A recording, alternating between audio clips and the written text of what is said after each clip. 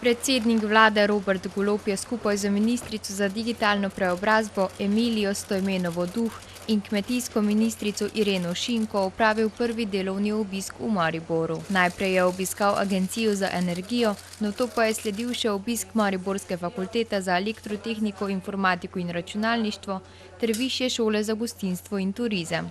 Obiskal je tudi dom Danice Vogrinec, SNG Maribor, Narodni dom in nogometni klub Maribor. Ob tem je poudaril, da ima Maribor ogromno za pokazati in ponuditi celi Sloveniji. Moj današnji obisk je ravno to, priznanje Mariboru, priznanje tudi regiji, zato da prepoznamo tiste projekte, tiste podvige, če hočete, na katere smo lahko vsi Slovenci ponosni. In verjamem, da bomo lahko nekatere od teh stvari zdaj samo še bolje razvijali v bodoče, predvsem pa, da bomo znali Mariboru vrniti en del tistega sijaja, ki ga je nekoč imel. Hkrati Golob verjame, da je edini pravilen razvoj Slovenije policentričen razvoj. Zato meni: vzhodnemu delu Slovenije manjka enakovredna prestolnica Ljubljani. In jaz si želim, da bo Mariboru to uspelo doseči v naslednjih letih. Mogoče ne v enem, mogoče v 2 mandatih, ampak nad zato. Mi imamo radi ambiciozne cilje. Po uvodnem delu pa je nato predsednik vlade prisotnim na delovnem obisku namenil še čas za vprašanja, pri čemer je tekla beseda o energetiki, podražitvah, zdravstvu, cenah hrane ter o prihajajočih županskih volitvah. Torej, res je, da smo se srečali z 2 skupinami energetikov, pogovarjali smo se o dolgoročnih razvojnih priložnostih, kjer definitivno to območje ima, sploh na področju proizvodnje iz obnovljivih virov, ogromne potenciale. Nič od tega ne pomaga jeseni. Jeseni bomo morali reagirati na druge načine. Kot sem že povedal, prejšnji teden smo oblikovali 2 delovni skupini, ki se bosta spopadli z draginjo, to je kratkoročna rešitev.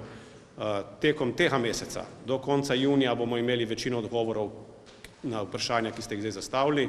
Lotili se jih bomo pa zaporedno, to pa že lahko povem, začeli bomo najprej pri nafti in naftnih derivatih, potem sledi električna energija in hrana in potem na koncu še plin.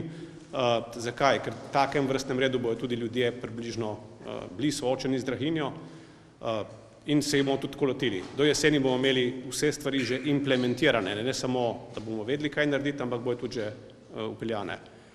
Bi pa rad poudaril, da prav v Mariboru se je pa zgodilo še nekaj drugega, za razliko od marsikaterega konca Slovenije, in to je, da ni dovolj samo, da zamejimo cene pri končnih odjemalcih, imamo cel del ali pa en velik kup zakonskih in regulatornih stvari, ki jih moramo nasloviti, če hočemo v velikih mestih tudi ogrevanje in pa preskrbo s toplo vodo dejansko, ki je na plin v tem primeru, ustrezno državno nasloviti. V prejšnji zimi tega ni bilo in ravno Maribor in Jesenice sta bila največja, če hočete, najbolj izpostavljena tej draginji, to moramo preprečiti. Zato pa potrebujemo spremembo zakonodaje in tudi to že pripravljamo. Na kosilu ste se srečali z županom Arsenovićem, kakšen je vaš vtis o mariborskem županu, da boste morda odprli na županskih volitvah, boste imeli svojega kandidata? Torej, zagotovo bo Svoboda imela svojo listo v vseh mestnih občinah, zagotovo. Glede kandidata za konkretne župane se še nismo pogovarjali. Jaz sem danes se prvič srečal z županom, pogovor je bil sproščen, kaj več v tem trenutku bi bilo popolnoma prezgodaj. Pa je bilo to vaše kosilo z županom prijateljske narave ali bolj uradne poslovne? Ne. Župan je seveda imel s seboj celo listo projektov, kjer se da z državo sodelovati. Nekatere je tudi predstavil. Velik del smo namenili na primer vprašanjem okoli energetske draginje, kot poudarjam, dejansko Maribor je bil zelo izpostavljen v prejšnji zimi in pogovor je bil sproščen. Bilo je delovno kosilo, kjer se srečamo, pogovorimo neobvezujoče, ne nazadnje ne gre za uradni državniški obisk, ampak na nek način moj obisk in to je to. Namen je spoznavni.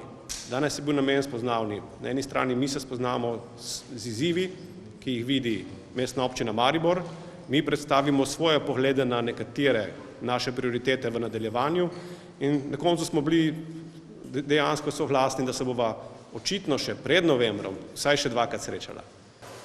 Maribor je bil zelo izpostavljen tudi na zdravstvenem področju, kot se Maribor konkretno umetni že interventno zakonodajo na področju zoper draginjo, kako pa je zdaj interventno zakonodajo v boju z epidemijo oziroma na področju zdravstva? Ja, dve področji danes tudi samih nisem obiskal. Eno je zdravstvo, ker hočem imeti takrat zdravstvenega ministra ob sebi, in drugo so mladi.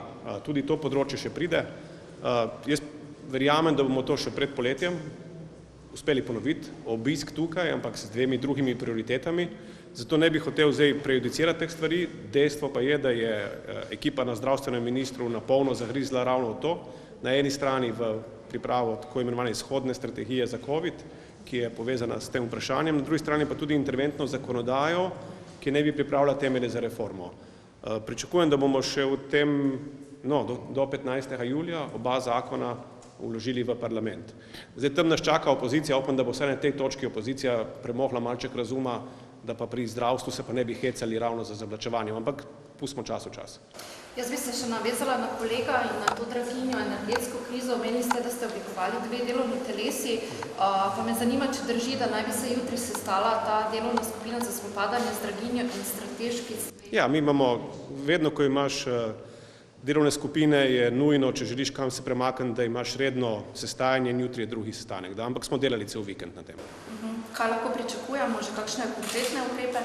Saj sem povedal, do konca meseca moramo priti do odgovorov, nekatere bomo uspeli hitreje, nekatere malo manj, ampak me ne skrbi, da ne bi do konca meseca imeli dovolj. Ampak kot sem povedal, danes je spoznavni obisk tukaj, na vladi smo 10 dni, tako da malček potrpljenja, se vem, da bomo 8 let, ampak vseeno malček potrpljenja in ja, bo pravi čas vse sporočeno. Lahko pa tudi mogoče že odgovorite na to, kaj konkretno bo dobil Maribor s koalicijsko pogodbo?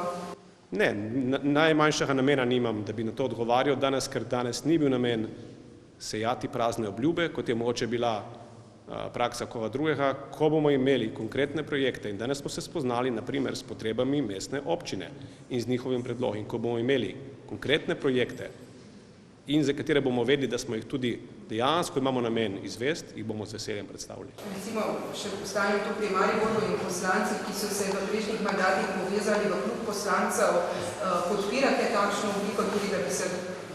Ne, zaradi tega, v tem primeru vam pa odgovoril, da je prišlo do strani sedanje opozicije do zlorabe tega instrumenta in zaradi tega bodo naši poslanci sami razmišljali o tem, kako bodo delovali skupaj s koalicijskimi poslanci v korist Maribora in se ne bodo pustili tej opoziciji, ki v resnici zavlačuje korist za celo Slovenijo, izigravati.